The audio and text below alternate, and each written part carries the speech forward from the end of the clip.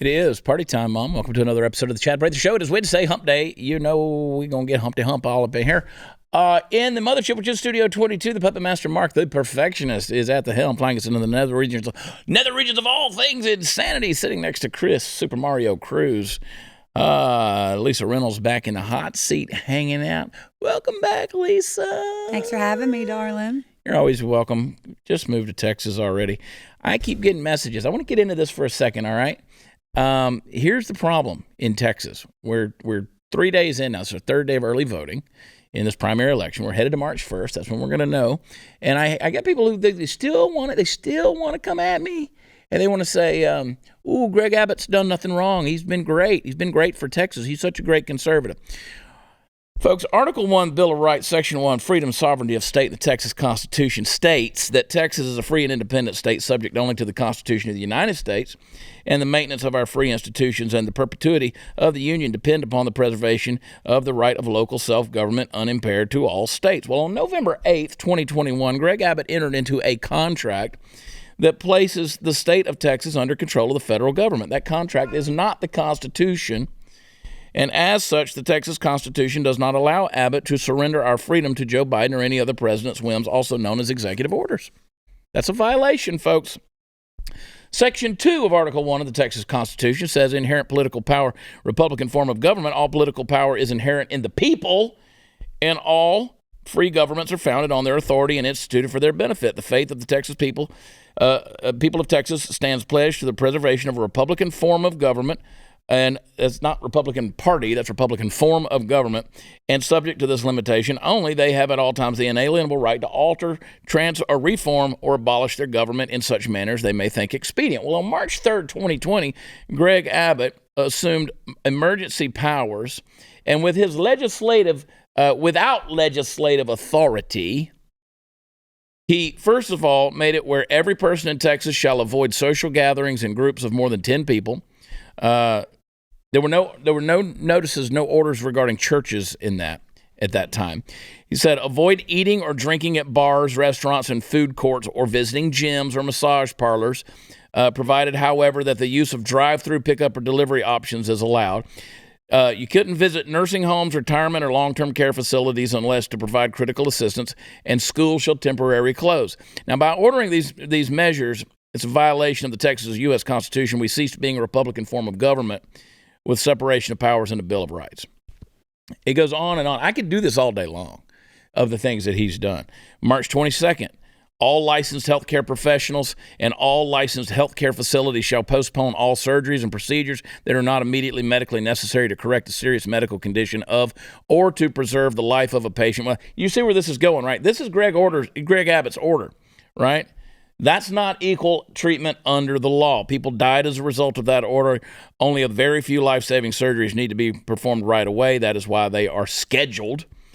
Deciding who was essential and non-essential and putting millions of Texans out of work for months, he violated the very basics of equal treatment, which are described in Section 3 of the Texas Constitution. We keep on going. There's I'm reading this off of my friend Robert West, who wrote a great book called The 5-Star Plan. I've recommended it all over the state. People need to get it. And 5-Star Plan is incredible. And so I'm just reading off of his Facebook page these various violations. You know, I tell people everywhere I go around the state, you know, you signed a contract with the gym. He said you couldn't go to the gym. Do you understand that's a constitutional violation? You entered into a contract with another entity. The government can't step in and make that contract null and void. It's a constitutional violation. Whether you want to go to the gym or not, you have a right to go to the gym. It's a constitutional violation. I never looked at it that way. That's a really good point, by the way. Yeah, so he hasn't done a good job. Then he came in, and in the Easter season, he shut down churches. People couldn't, on the holiest time of the year for the Christian faith, you're going to shut down churches? Absolute freedom to associate number. It's criminal. Prior to COVID, the year before COVID, Dallas appellate courts handled 1,700 cases. During the lockdowns, they only handled 9. And by the way, that's Section 16, which is bills of attainder, ex post facto, or retroactive laws impairing obligation of contracts. That's the one on the gym.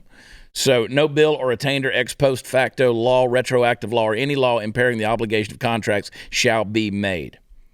So if you had a contract and you couldn't fulfill that contract, guess what? Because of the government, that's a constitutional violation. Not to mention it put gyms out of business in a lot of cases. So yeah, he's a stand-up guy. There was and then retroactive. May 7th, Greg Abbott issued a mandate retroactive to April 2nd and suspended any law that would result in jail time for COVID-19 violations. Retroactive. You've got Section 17, taking property for public use, special privileges and immunities, control of privileges and franchises. When the businesses were shut down, damaged, and destroyed, no restitution was given. That the taking for a pandemic is not allowed under that provision. See, the problem is people forget about this. People forget that all this happened. They don't know what their rights are. People forget that all this happened. They don't know what their rights are. And then now, because Texas has like some of the best bounce back economies, they're just going to pretend like, oh, it was fine. It wasn't that bad. But you forget that a little infringement of your rights is a lot of infringement on your rights, and that inevitably they have the power to take everything away from you. 100% right. 100% right. Let me read this Facebook post from my friend R.J. Brooks.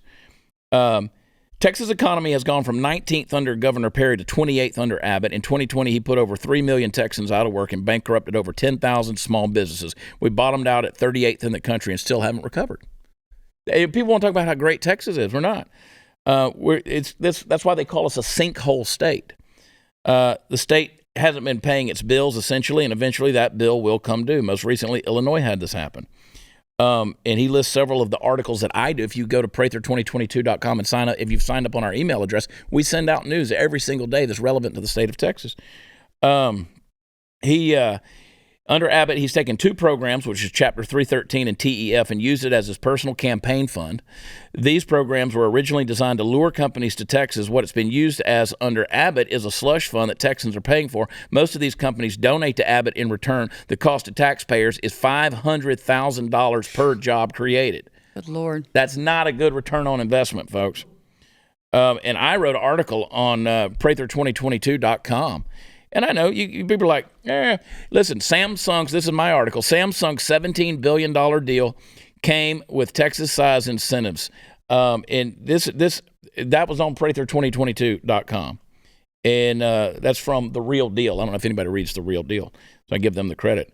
But it took almost $1 billion of publicly funded incentives to swing a Samsung real estate deal that Texas Governor Greg Abbott's office called the largest foreign direct investment in Texas on record. About $981 million from state and local authorities helped convince the South Korean company this year to build a $17 billion semiconductor factory on a 1,200-acre field near the central Texas town of Taylor, according to the Austin American-Statesman.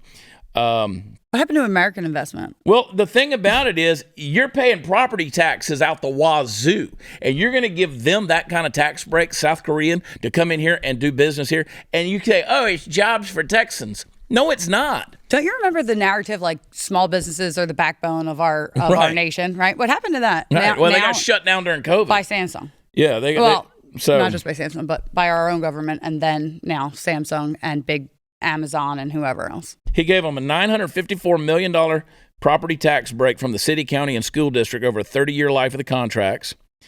That's in addition to a $27 million grant from a state incentive fund. Don't forget, now, this is the dude who sent a letter to the CCP congratulating them on 70 years of rule in China. There you go. How did I not know that? Huh? How did I feel like I'm learning a lot. There's a lot of things people ought to know. Now. It was Abbott who in 2019 signed SB 11, which mandates SEL, social emotional learning, in every K through 12 school. His TEA commissioner that he appointed, Mike Morath, is who pushed the CASEL as the preferred curriculum. And listen, his CRT push didn't stop there. It's also mandated in our Texas military, who Abbott is commander-in-chief, as well as our state departments. Our state-funded colleges, under the appointment of Abbott's Board of Regents, have now started this program on campuses. Abbott last year hired a BLM co-founder to an A&M campus, Texas A&M campus. Where's my Aggies? So it goes on and on and on. The things that Texans should worry about the most are indoctrination of our kids, prohibiting small businesses from excelling and even, having them function at all, and the border. Right. Because, they're the 3 things that will fundamentally change not just Texas, but our whole entire nation. So my most recent my most recent text message. We send out text messages to voters. God, there's so much I want to read to you folks. It's my show. I do what I want to do. Here's the most recent text message. Your Texas freedoms have been violated countless times in the last 18 months. It's time to replace this governor with a true conservative who will never tell Texans they are non-essential. This governor chose money and power over you and your family. I'm Chad Prather. I'm running for governor of Texas in order to defend your God-given rights to individual liberty, protect our Texas border, and stand against cultural Marxism in our Texas schools. Just a summary of what you just said. Exactly. 100%. So, let me read this. Sarah Field, who works for my campaign and also a member of the Texas Freedom Coalition, she's just sent this text message. She said, I was just typing this out. And so I haven't even read all of this, but I'm just going to put it out.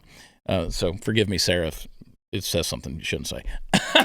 Under Abbott's leadership, let's talk about parental rights. In 2020, Greg Abbott shut our schools down. It wasn't the federal government or Biden. It was Governor Greg Abbott. He is the one who said that you as a parent do not have the right to send your child to school. In July 2020, Greg Abbott is the one who said that your child has to go to school with a mask on. That was not local government. That was not the federal government. That was Greg Abbott. And he kept that mask mandate in place for over 9 months. So I think you need to ask the question, where was the parents' rights when you wanted to send your child to school without a mask in 2020? Science didn't support it, but he did it anyway. He's also the one who chose that parents couldn't go to classes with their children in the name of safety. Where were the parents' rights when children were being isolated behind plexiglass in the cafeteria or were not able to play with their friends on the playground for the entire year? You could not eat lunch with your own child. I challenge Greg Abbott. Where were you standing for parental rights during that time? The parental rights bill that is being pushed on Abbott's campaign trail is political theater.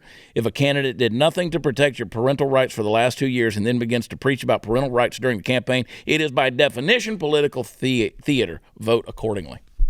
Sarah's a smart girl. Yeah, you can't refute any. It's just there. What are you right? going to say? So that's why I say I had to take that 12 minutes right there that we just took. And people want to say, oh, Abbott's done a great job. You're not paying attention. People said that when we were getting like the supplements that were coming, like the stimulus checks that were coming from the federal government. They're like, well, our federal government shut us down. No, actually, it was not your federal government that shut you down. It was your independent governors. It was your state governments that shut you down. It was not the federal government. Well, and you and I were talking about it before. The federal government sent $19 billion for public education, COVID relief, pandemic relief to the Texas public schools. $19 billion. They spent $1.1 billion, so $17.9 billion is somewhere out in the wind. We don't know where that $17.9 billion is. I have a feeling that it's collecting interest somewhere that's benefiting some of the powers that be. It's some crooked bullshit, man. It really is. And I like this whole thing. Look, I get the death threats. I get the stupidity. I get the trolls. I know that the Abbott campaign, they're paying people like $1,500 a month just to troll social media. And I can spot them. People are like, you're kind of rude to that person. It's because they're an effing troll. There's tons of them out there. But back to the education stuff. So I have a breakdown from Texas Education Department of how much went to each school via district, like, Brazoria district or whatever. Go look at the number there and see how many millions went to each one. And what did they do? Yeah, we're going to get that. What did they do?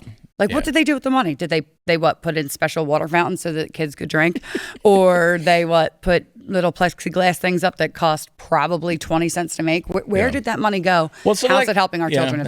It went to making sure that your kids stayed segregated between the vax and the unvax and the masked and the unmasked. Keep them scared. Yeah. Keep them scared and keep implementing that CRT. Bastards. I know. It's really disgusting. People don't say it. Get your kids out of public school now. Get them out. Get them out.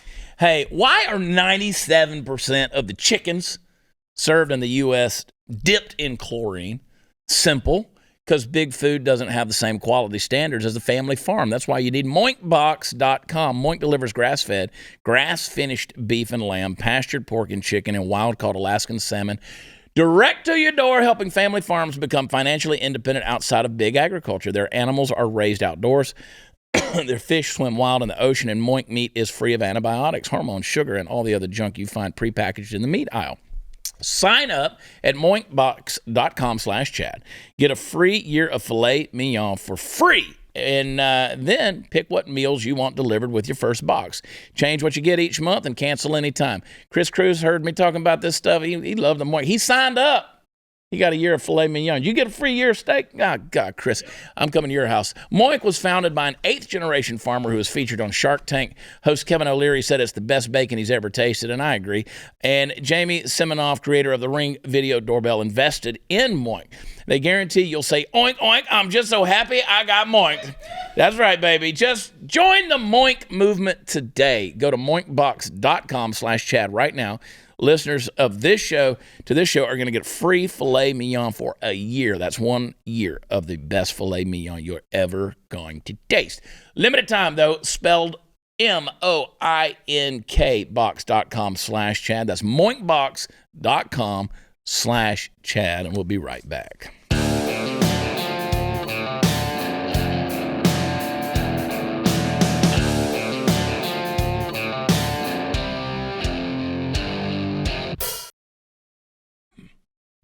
Now, before we get into what I want to talk about, I don't want to talk about this, but we're going to talk about this because we're exposing some crap today, all right? We talked about Greg Abbott. We're going to expose some more crap. Before we do it, Lisa, we got to do a booster shot. Booster shots. Right here. Tequila. Cheers. Oh!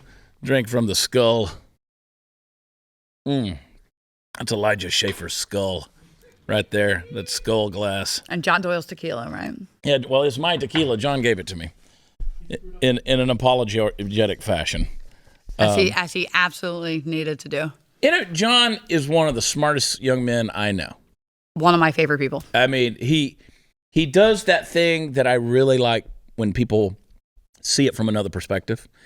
He's solid at that. It's just a natural deal.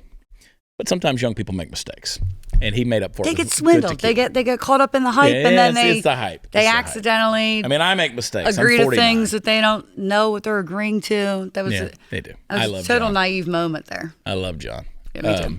Anyway, we took a little shot because I have to do something to calm my nerves. Sometimes I just run across something where it's like, you know what? I just want to kill that person. Like, I just want to kill that person. Just want to kill that person. So, State University of New York at Fredonia professor. He's under investigation by the school after videos emerged of him defending pedophilia and insisting it wasn't obvious to him why it was wrong, according to the report. Play the clip. Imagine that an adult male wants to have sex with a 12-year-old girl. Imagine that she's a willing participant. It's a very standard, very widely held view that there's something deeply wrong about this, and it's wrong independent of it being criminalized.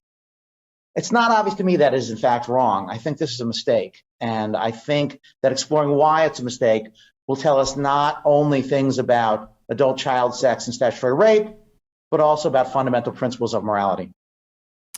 That is disgusting. Professor Stephen Kirshner. He teaches libertarian philosophy and applied ethics. Yeah. Did you notice that he's only under investigation? He's only under investigation. I mean, he deserves a baseball bat to the skull. This is where the individual has gone too far, and us having no, as a country, sense of universal morality is a problem. So here's the thing: I've been saying I'm a prophet. Okay, I just tell what's going to happen. I'm a cultural prophet. I'm here for this. I'm just at this point where I've called it over and over again. So I've said as long as, and I've said this for the last 25 years, we're going to continue to normalize depravity. Right? Laugh at it, launder it, peddle it out there, make it easier for public consumption.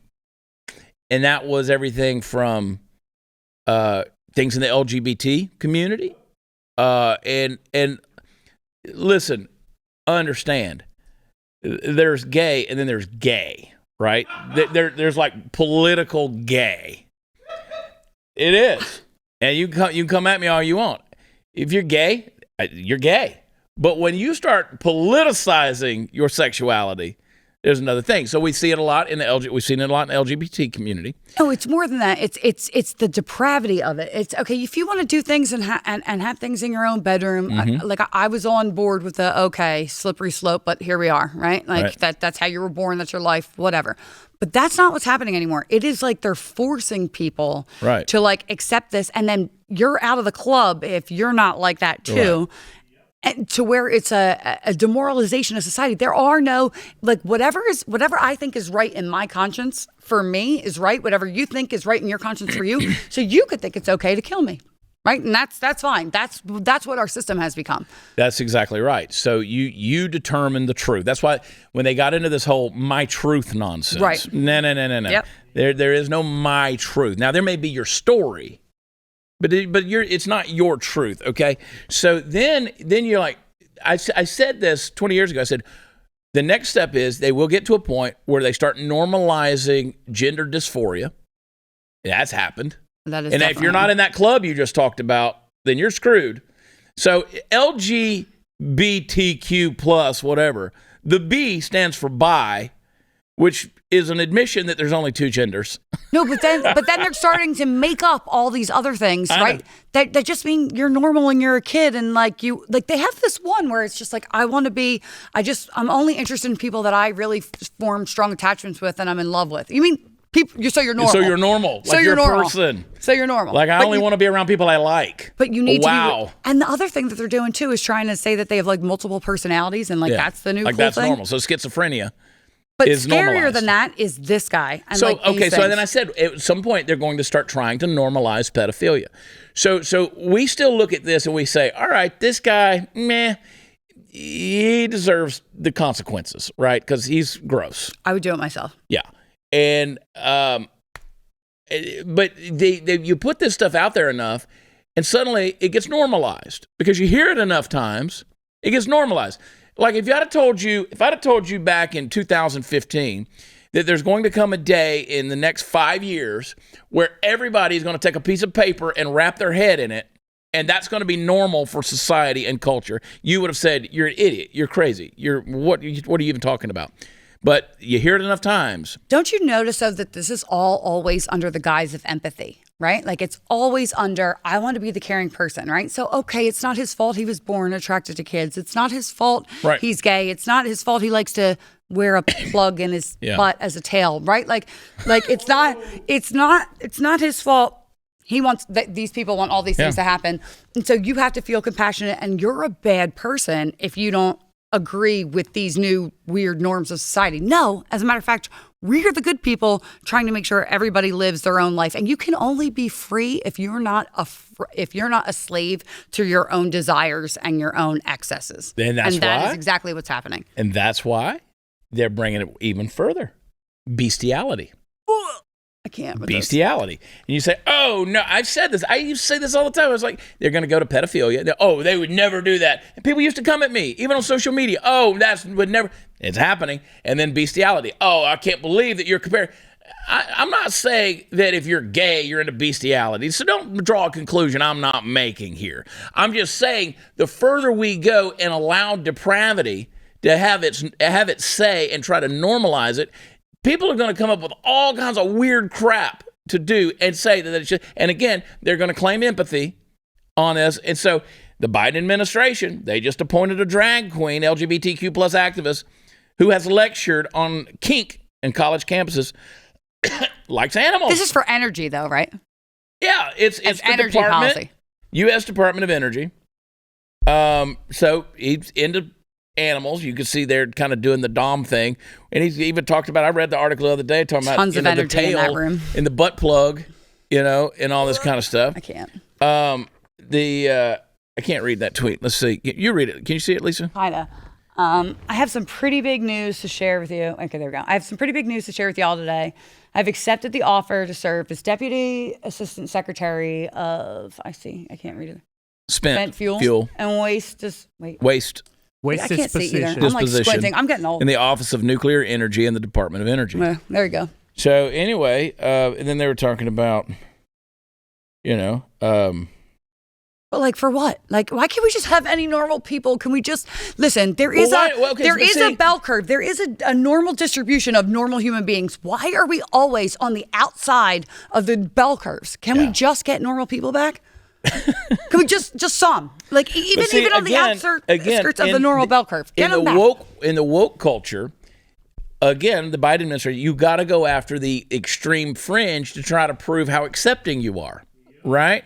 So you go after these people, and it's the same. It's the far-reaching logic, like it's the ends of the earth logic, but it's the same. It comes from the same seed impetus of saying, well, our next Supreme Court justice is going to be a black woman. So you've got to pick based on these immutable characteristics. These characteristics that whether it's the best person or not. So you know what? Let's do. We've got to go out and find somebody that's into bestiality. Like, we don't have anybody like that on the administration. So let's prove how woke we are and how accepting and all-inclusive. Let's go find somebody that likes to have sex with dogs. So it's the same. It comes from the same embryonic seed of thought. Is okay, we're just going to find people that just fit this classification. You know, it's got to check that box, and we're going to do that. Well, you can't say that about me because, and it's like, that's the same way it's going. You can't call me a racist. I got a black friend. Right? What is wrong with having black friends? First of all, well, there's nothing wrong with it. Who was it? Was it Doyle that just said that too? He was like, what is the threshold that low that you can still be a racist and have black friends because that's how you treat your friends? Like, everything's racist. Or January 6th. You're one or the other. Probably both, Lisa. Dude, I'm the first in the gulag. It's fine. I'll be there. I'll save you a seat. It'll be fine. Trust me when I tell you that I just don't give a shit about your opinion.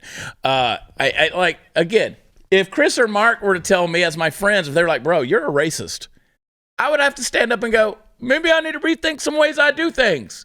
No, you wouldn't.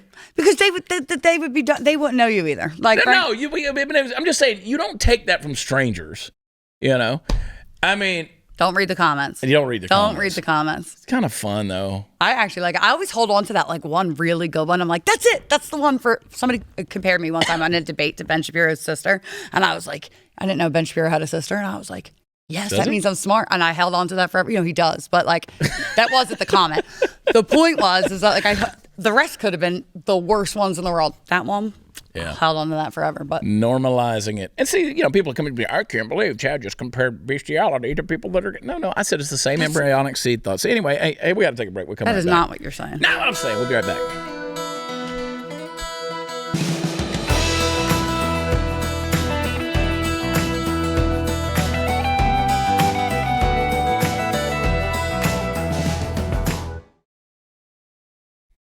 Welcome back. Hey, you know, sometimes, folks, I run across a story that's just so beautiful. I just want to weep reading it. And in a lot of these cases, the tears are from laughter.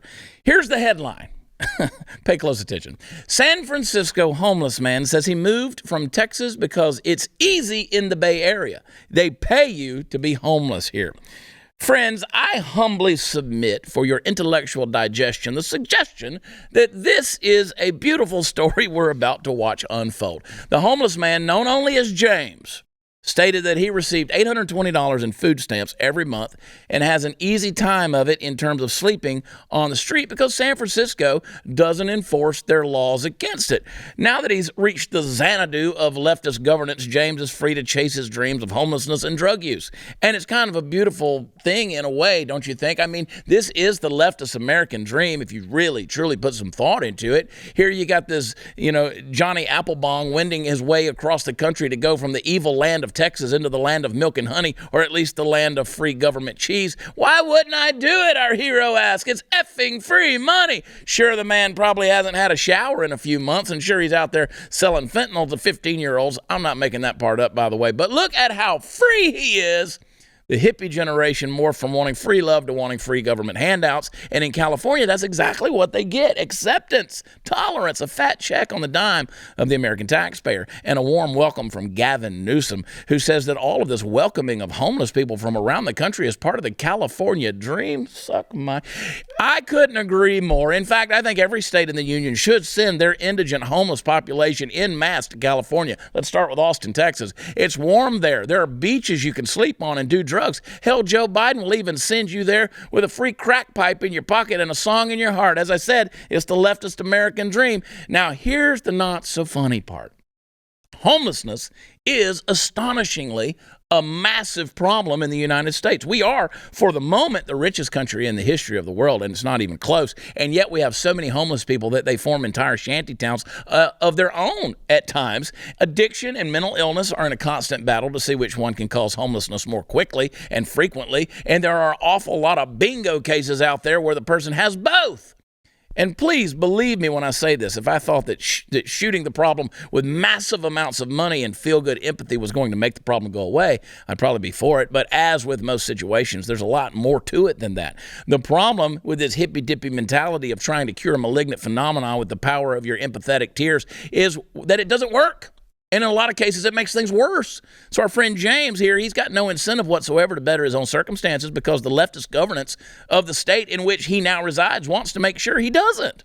Leftists always need a group of people to pretend to care about. And there's no group easier in the world to trot out as your cause du jour and then cast aside like the literal ragdoll they frequently are. In the meantime, I like to think of James walking the distance between the two cities, his eyes resolutely in front of him, and on the prize of his dreams, a cloud of flies following behind. Wow, what an image. That is truly the American dream. Oh, James. That was a lot. It's a lot. That was a lot.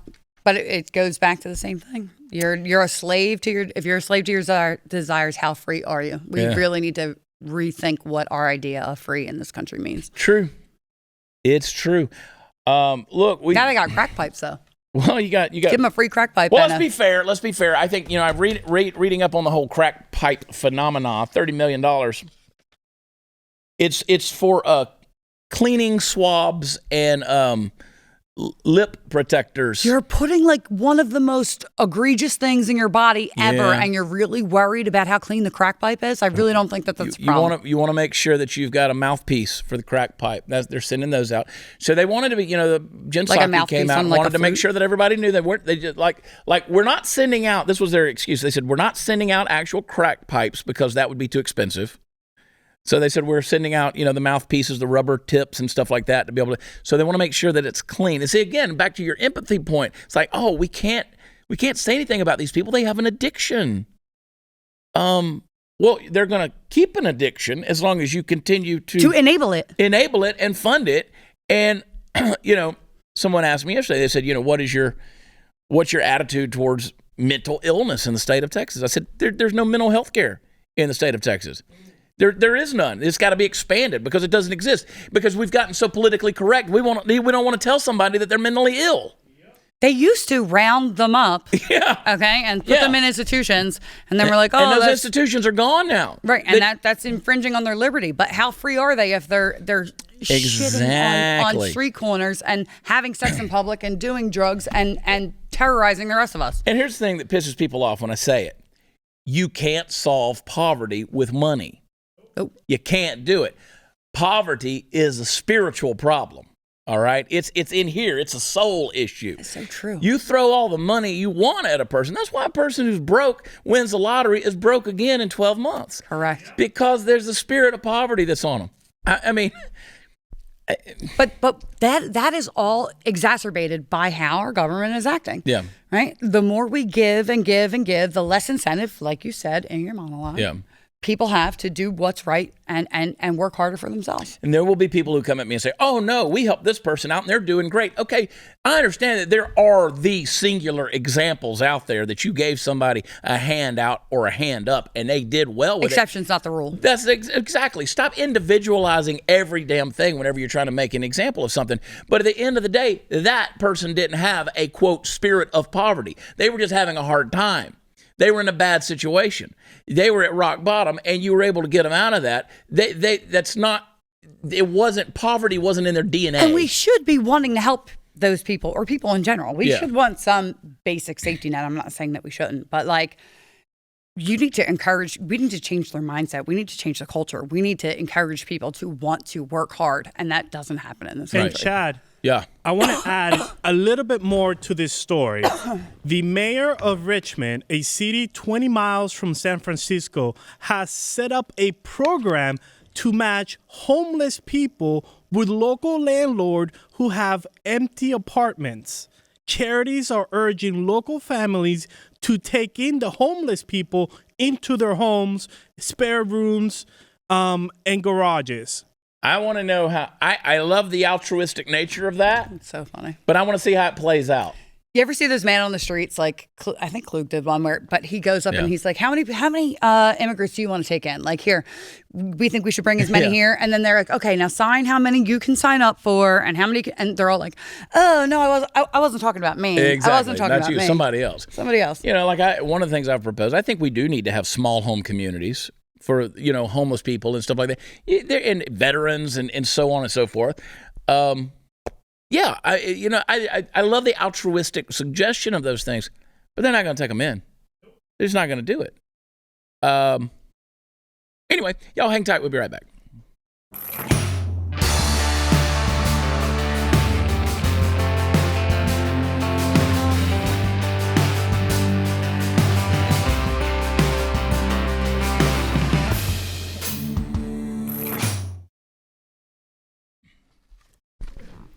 Yeah, 8th grade sex ed handout asked students to pick pizza toppings for sexual likes, dislikes. Olives meant giving oral. 6th graders, you said? Yeah. 8th. Okay, either way, gross. 8th grade. Officials said it was posted by mistake. That was a sex ed. Yeah, they got busted. So now that you know this metaphor for sex, let's explore your preferences, draw a color, your favorite type of pizza. Include an image of an empty pizza dough round, instruct students what's your favorite style pizza. So, like, cheese was kissing, olives was giving oral. Yeah, so no, by all means, keep your kids in public schools. How old are you in 8th grade? You're like, what, 13? 13. Yep. I'll kill my kids. Beat that ass. I'll kill them. Beat that ass. Honestly, or anybody that tries to touch them at that age now. And by the way, everything now is January 6th. So Joe Rogan, CNN compared Joe Rogan to January 6th. Pearl Harbor was January 6th, apparently, and so was 9/11. And everything's January 6th. Now just basic comments on race from 10 years ago that offended no one are January 6th. Yep. That's the whole deal. Yeah. Apparently, like, there's this Staffer Speaks, like, IG account that has been going over, like, problems that people are having on the House. And they talk about how staffers are underpaid and how they get abused by their members, namely like Sheila Jackson Lee and the crazy members like that. It's a Dem account, so it's a lot of the Dem members that are like underpaying their staff and not being diverse and all that stuff. But anyway, MSNBC turns it around and does a thing. Well, staffers really could put up with all the abuse and the low pay and stuff, but now they have to like walk past. They're trying to deal with like walking past Republican staffers that think that January 6th was okay. Like, on what planet? That was like not even the intention of the meme. Like the meme account or what was going on with the staff, but they are twisting every little thing. Like you're walking in the halls with us in Congress and you're afraid of what? Like that I approved of January 6th? I mean, everything seems to be a problem. I was there that day. You know that. Sure. It wasn't like they're reporting. I did undercover like the Black Lives Matter riots, and I can tell you a million times over, they were 100 times worse. So I'm just so sick of this narrative. It's not 9/11. It's not Pearl Harbor. And it certainly isn't any comments that Joe Rogan made that offended no one. Hey, let me clarify before anybody says, oh, she was there. She was a part of the insurrection. Sorry, I worked there. She works for a congressman, so she was there for work. Correct. Yeah. So anyway, make sure to clarify all that. Sorry about that. Yeah. No. I wasn't in there like stealing name placards of Nancy Pelosi. I mean, I did get a picture of the chick who did. Yeah. She's a black girl. Funny how that works. Imagine how that works. Funny She's a how nice that girl. works. She seems to be a nice girl. Let's do a TikTok, Chris. As an American citizen, I find it truly disgusting that my country goes 40 steps forward just for people like the governor in Florida to take us 30 steps backwards. Don't say gay, Bill. Are you serious? Don't talk about what I went through and what my fellow gay LGBTQ plus community went through to get me here. Are you serious right now? Is the government sleeping? Why are they letting you do this? Isn't this the free country, the free world, freedom of speech? Don't say gay. That goes against freedom of speech. You cannot sit here and say being gay is not a choice when you're not gay. You don't know that. Now you want to make learning about our history illegal? You are literally making it harder for children to feel comfortable because conservative parents feel like it's not okay. They're not gay. It's not their place to talk about it. Stop being concerned with what other people like. This is disgusting. Mental health crisis. Israel. Yeah, he really had his spirit fingers going. I'm assuming that guy's gay. Okay. Very, very passionate there about Ron DeSantis' gay bill. Don't call it gay. Well, I mean, that is what the G stands for, right? If they changed that, I don't know. But what is it? He doesn't want gay history being taught? Yes. I mean, what is gay history? And basically is... I mean, go read a book on Harvey Milk. Done. Why do history... I don't get it. Why does sexual history have to do anything like with anything that our kids learn at all? Why exactly? Why at any? And that's the point I'm trying to make. I don't need my kids learning sexual history. I don't need them picking out what anchovies are. They had those like I got for a while, some funny jokes here with that pizza thing, but I'll leave them alone. Nobody wants anchovies. Yeah, like nobody eats anchovies, nobody eats right? anchovies. Hey, listen, just always remember, if you want him to eat the groceries, you got to wash the dishes. Get rid of the anchovies. Oh my God, I'm dying here today. So you shouldn't have to teach anybody sexual history. I mean, okay, Alexander the Great did weird things with some of the dudes in his army. We know that. That's about all the sexual history I need to know. But we don't need to know that in the context of like how it shaped the world. No, absolutely not. Unacceptable. I don't need to see, Colin Farrell in a movie playing Alexander the Great crawling in the bed with another dude. Okay, like teachers. Teachers are now telling their students like what their sexual preferences are. Like, I don't need that. Teachers should not be telling kids what they do in their own private life. Unacceptable. That's why it's not the teacher's role to be teaching identity politics or ideologies or sexual things, social, emotional learning, identity. I've already said that, but I'm saying it again. It's not a teacher's place to teach a kid their identity. It's just not in any way, shape, or form. And that goes with gender studies. That goes with race studies. It goes with all these different things. Listen,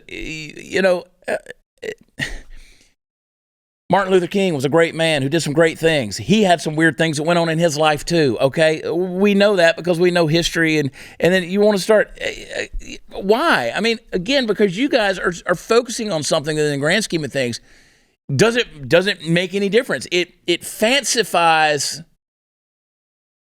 it colorizes history in a way that you don't need to be looking at history. No, but it takes away from the great things that people do. Right? So if you are only a matter of like what your sexuality is, it takes away from the good things that you accomplish. Yeah. Right? So say Martin Luther King, he did good things or great things, or that's disputed. But my point is that's how people view it now. Right. If we start to go into his like sexual life and all that stuff, then it diminishes what his purpose was. Same thing with any of the Greek philosophers or anybody from our founding fathers. Yeah. Even Benjamin Franklin had his issues with women when he was in Paris, right? But we're not talking about that. We're not idealizing it, right? Because it's inconsequential to the actual progress that he made for the world, right? There's no point in talking about it. It's gross. It's gross. All right, hang tight. We'll be right back. Gross.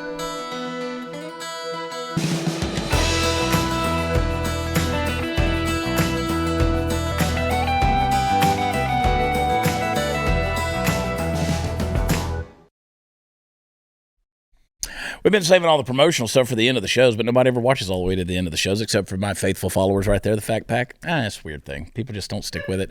Go to watchchad.com for all the fun stuff is. If you're in the Dallas-Fort Worth area, get you a ticket. Come do the dinner and a show at the Texan Theater on February 25th.